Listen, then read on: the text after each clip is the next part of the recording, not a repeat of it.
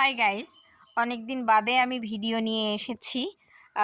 যদিও আমার ইউটিউব চ্যানেলে এখন আর কোনো ভিডিও আপলোড হয় না। তো এখানে দেখতে পাচ্ছেন আপনারা সারি সারি বাঁধাকপি গাছ হয়ে আছে। শুধু গাছ নয়, বাঁধাকপি বাঁধতে শুরু করে দিয়েছে। এদিকে দেখুন, এপাশেও রয়েছে। অ্যাকচুয়ালি দুটো পার্টে এখানে ভাগ করে লাগানো হয়েছে, মানে চারা বসানো হয়েছিল, সেখান থেকে বাঁধাকপি বাঁধতে শুরু করে দিয়েছে। ওদিকে আবার কিছু ফুলকপিও রয়েছে।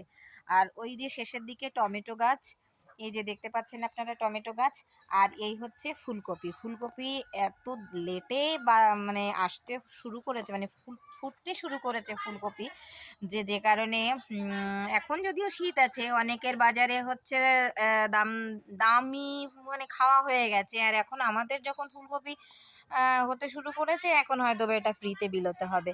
তো যাই হোক, আমি এই ভিডিওটা করছি একজনের উদ্দেশ্যে।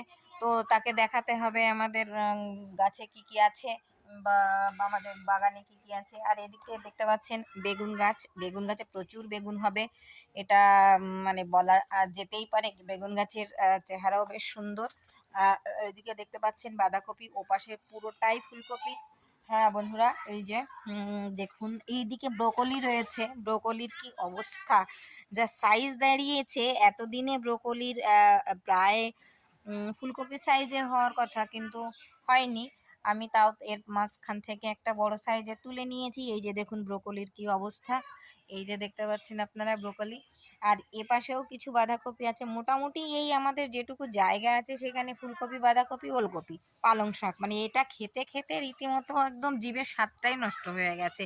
এখানে ছিল ওলকপি, ওলকপিটা একটু খেতে ভালো বলে এই ওলকপিটা খেয়ে নিয়েছে। এদিকে মূলো, এখানে একটা বেগুন গাছ। আর এই এদিকে দেখতে পাচ্ছেন আপনার ফুলকপি।